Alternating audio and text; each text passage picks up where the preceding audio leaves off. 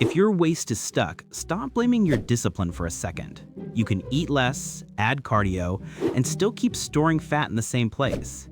The real problem is often poor sleep and high stress. Those two things tell your body to hold on around the middle. This video covers why harder dieting can fail, the daily signals that keep belly fat stuck, and the recovery targets to fix first. By the end, you should know whether your waist is stuck because recovery is poor, and what to change first. The first trap is what almost everyone does. Your waist stalls, so you add cardio, cut food harder, or pile on more sessions. It feels disciplined. It also keeps the same problem alive. If stress is already high, more training and less recovery keep stress high. Your body treats the whole week like strain, not progress. And your midsection is often where that shows up. That is why you can feel strict and still look stuck. You are doing more and getting less from it. Lovely deal. So before you add more work, hold training steady for 10 to 14 days and fix recovery first. Keep lifting, remove the extra cardio, cut the pointless fatigue, the stuff that leaves you more tired without helping your waist. When your waist stalls, which one sounds more like you? Cutting food harder, or stealing sleep to fit in more training? Now, lowering workload alone is not enough if the main problem hits every night, and for most people, it does. The classic pattern is 5 or 6 hours on weekdays, then a huge sleep in on the weekend. That feels like catch-up. It does not fix the rhythm your body runs on. Short sleep pushes hunger up, your energy burn stays about the same, and the normal cortisol rhythm gets thrown off. Cortisol is just one of the main stress hormones.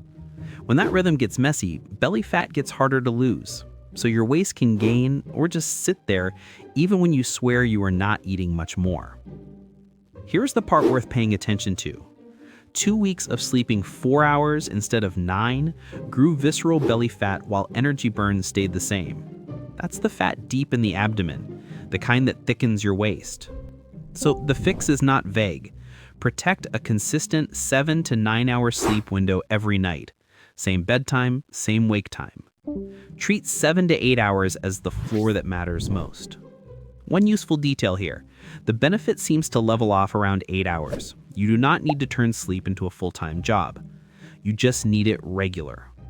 And sleep is only half of it, because stress also changes what happens after you eat. A lot of people aren't overeating wildly. They're just eating more sugar and fat at the exact time life stress and training stress are highest. That combo is rough on your waist. High stress changes where calories get stored. So the same comfort food during a rough week is more likely to end up around the abdomen. That is why your waist can feel unfairly sticky. Stress and highly tasty food together grow visceral fat more than either one on its own.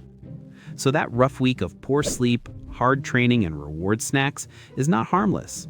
It's a very specific setup. During high stress weeks, use one simple rule. Keep the sugar plus fat foods out of your routine. Base meals on boring, repeatable basics instead. Protein, fruit, potatoes or rice, yogurt, eggs, lean meat, whatever you already repeat without thinking. Boring is good here. Boring gets the job done. If this just explained why a stuck waist can be a recovery problem, not a discipline problem, save this and send it to the person doing extra cardio on 5 hours of sleep, then wondering why nothing changes. Now for the bit most advice misses.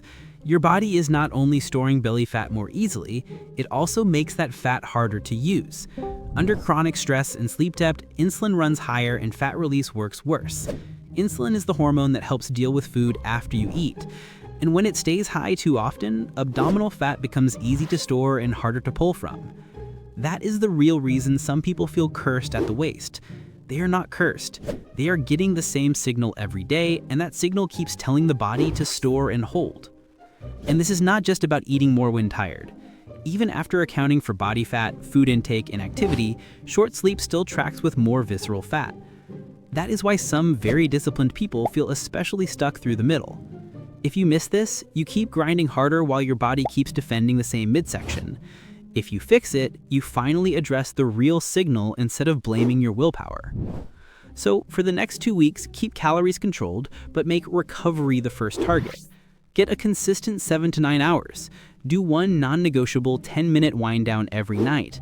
Keep training hard enough to maintain muscle, but not so hard that every session leaves you flattened. That wind down does not need to be fancy. It just needs to be repeatable. Dim the lights, put the phone away. Take a short walk, shower, stretch, read something easy, or do slow breathing. Pick your version and do the same one every night. The goal is simple. Your body needs a clear signal that the day is over. Right now, if stress stays high and sleep stays messy, it never really gets that message. And this is where people usually mess it up. They finally start sleeping better for a few nights, the scale drops a bit, the waist looks a touch better, then they go straight back to more cardio, less food, and less sleep because they think progress means they should push harder. Do not do that. Once sleep is consistent and your waist starts responding, build carefully. Keep the same sleep schedule when life gets busier. Keep the 10-minute wind down. Add steps before you add cardio. Only increase training volume if recovery stays solid for 2 straight weeks. If sleep slips and stress climbs, do not answer that by adding more work. You end up with the same stalled waist and the same recovery problem again. So keep the simple version. If your belly fat is stuck, do not assume the answer is always more deficit and more cardio. A stressed, sleep-deprived body keeps sending fat to the waist and holding it there. The first fix is lowering that signal with consistent sleep and less total strain. That is the part most people skip. They try to solve a recovery problem with more effort. And effort is not the missing piece. The simple version is this. If your belly fat won't leave, stop treating your waist like a pure math problem. Fix sleep and stress first. Then the calories you're already controlling actually get a fair chance to work. If you want more plain breakdowns like this, join for the next one.